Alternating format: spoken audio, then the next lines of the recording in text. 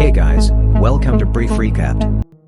Today, I am going to explain a mystery and horror movie called Population 436. Watch out and take care. Welcome to Rockwell Falls, North Dakota, Population 436, always. The movie opens with a woman giving birth.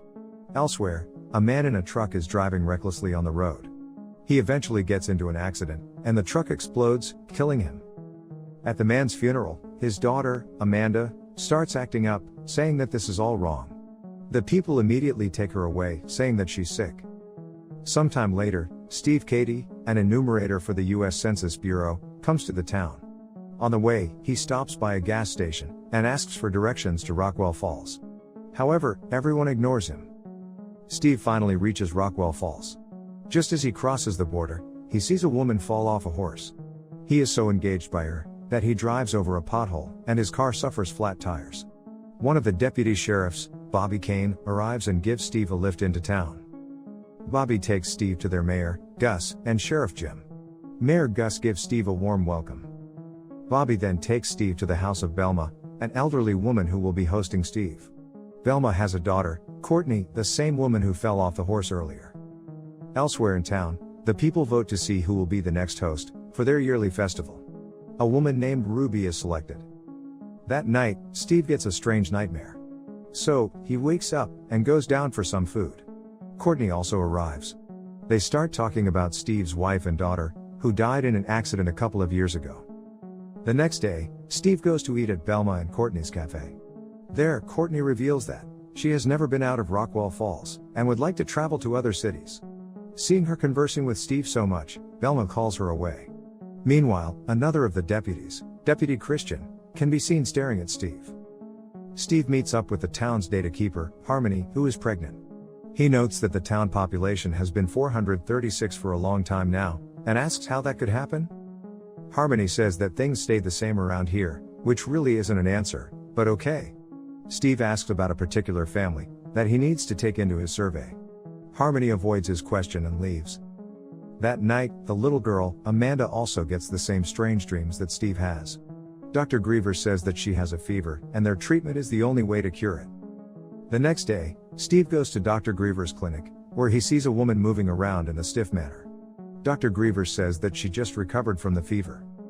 Steve asks Dr. Griever about Amanda. The doctor says that ever since her father died, Amanda has been showing signs of schizophrenia and paranoia.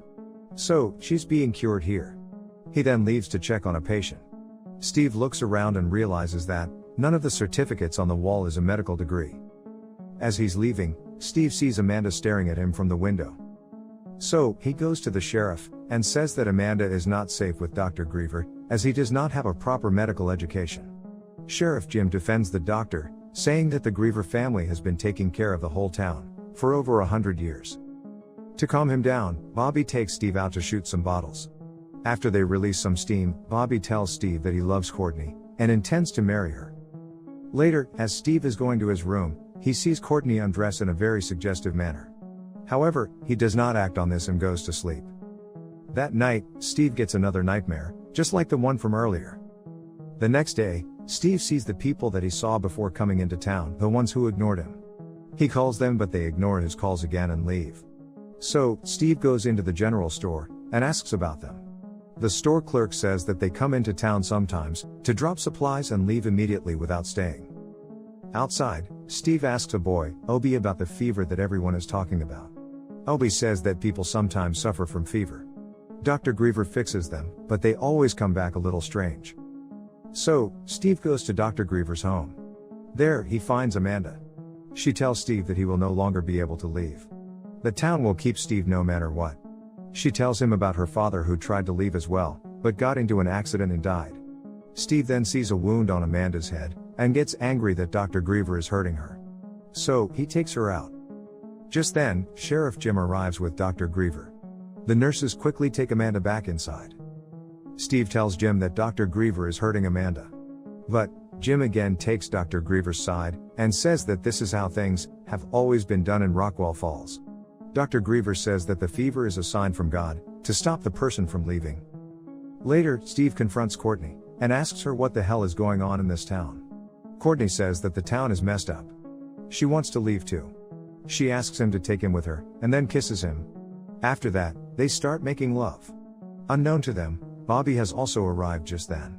He sees them making love. Shocked and angry, he leaves. At least he didn't interrupt them. Nice of him.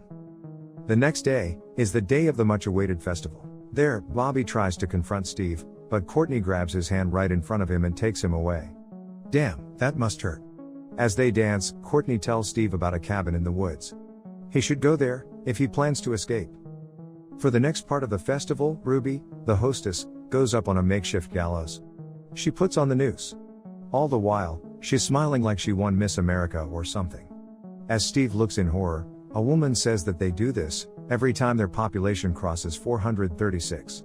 This time, it's because of Steve who put the population at 437. They all look on as Ruby dies. After that, everyone goes around like it's the most normal thing in the world. Everyone except Steve, of course. He is absolutely horrified at what he just witnessed, and it's even worse with the way they are all reacting, or not reacting. He starts yelling, saying that they are all crazy. So, the townsfolk grab him, claiming that he has a fever. They take him back to Dr. Griever's place, where he says that Ruby was honored to sacrifice herself. Mayor Gus then tells the story of the town. In 1860, the population was 436 and everything was good. Until a terrible man came to the village, and burned down everything. The people built it back up, and ever since then, they've maintained the population at 436, and everything has been going well. Anyone who tries to leave, will get into some sort of accident and die, by God's will. After that, they proceed to fix Steve, by electrocuting his brain. They also send a false letter back to Steve's office, saying that he'll be settling in Rockwell Falls. Sometime later, Steve wakes up and runs away to the forest, that Courtney mentioned. Velma immediately calls the cops. Elsewhere, Courtney has been put in Dr. Griever's home, because she has a fever too. Meanwhile, Steve reaches the cabin, and comes face to face with a man named John Green. He's been trapped here for the past 3 years. At least he got to publish The Fault in Our Stars before coming here. John Green advises Steve to act like one of them. So, when the cops come, Steve plays around with John's kids, pretending that John invited him to his home. They are suspicious at first, but Steve lies convincingly, and they leave. John then tells him that God's will is real. People who try to leave the town, really do get into strange accidents. Steve asks about the men from another town, who deliver supplies. John says that nothing happens to them, because they don't spend the night here. Elsewhere, Christian tells Bobby that Harmony will be having a baby, so someone will have to die. He thinks that Bobby should just kill Steve. Soon after, John tells Steve about a secret road, that the delivery guys take when leaving town. So, Steve goes to the general store, and follows the delivery guys. However, without him realizing it, Bobby is also following him. Steve starts putting kerosene all over a barn, but Bobby comes up to him with a gun. He reveals that he saw Steve and Courtney making love. Bobby feels betrayed, so he points the gun at himself, asking for the sweet release of death. Steve calms him down, and takes the gun from him, after which he knocks him out and puts him away. Steve sees the delivery truck leaving, so he quickly lights the place on fire. The townsfolk are distracted, and he drives away in Bobby's car. Christian also arrives at the scene, and wakes up Bobby. Bobby tells him that Steve is going after Courtney. Steve arrives at Dr. Griever's place. He points the gun at them, handcuffs them, and then asks about Courtney. Dr. Griever says that he sent Courtney back home. Just then, one of the nurses attacks him. Steve quickly knocks him out. Then, he goes downstairs to where Amanda is kept.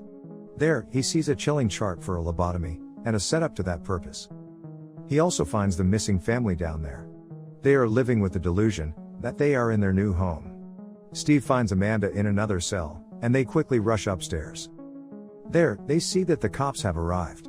So, Amanda leads him out of the back door. They escape through the woods, with Bobby and Christian giving chase. Steve and Amanda come across a grassland, full of old and abandoned vehicles. They find a truck that works and escape in it. So, Bobby and Christian run back to their own car. Steve and Amanda go to Courtney's home. However, Courtney is behaving strangely, pretending that everything here is normal and good. Amanda says that Courtney has been cured, and there's nothing they can do for her. Steve is sad, but leaves. As they try to escape the town, Bobby and Christian corner him. Christian yells at Bobby to shoot, but Bobby hesitates. When Christian pulls out his own gun, Bobby shoots him instead. Steve gets back in the truck, and Bobby lets him leave. Steve and Amanda leave via the secret road that the delivery guys used to take. They drive safely. After a while, a cross falls right in front of them. Both Steve and Amanda start getting scared. Suddenly, a huge truck appears in front of them and kills them instantly. A couple of days later, Steve's friend, Frank, arrives at Rockwell Falls to check on him. He too damages his tires on the pothole. Sheriff Jim receives him and says that Steve left a couple of days ago. He invites him inside for a festival, informing him that local girl Harmony, recently given birth to twins. Deep down, we know that with the deaths of Steve, Amanda, and Christian, the town population is 433. With Harmony's newborn twins, it's 435. Now, with Frank, it will be 436. Let's hope he survives. With tragedy for Rockwell Falls, and tragedy for our hero, Steve, this movie ends. To see more recaps like this, just click on one of the movies on your screen. Or, subscribe for more videos like this, turn on notifications, and leave a like to help out the channel. Thanks for watching.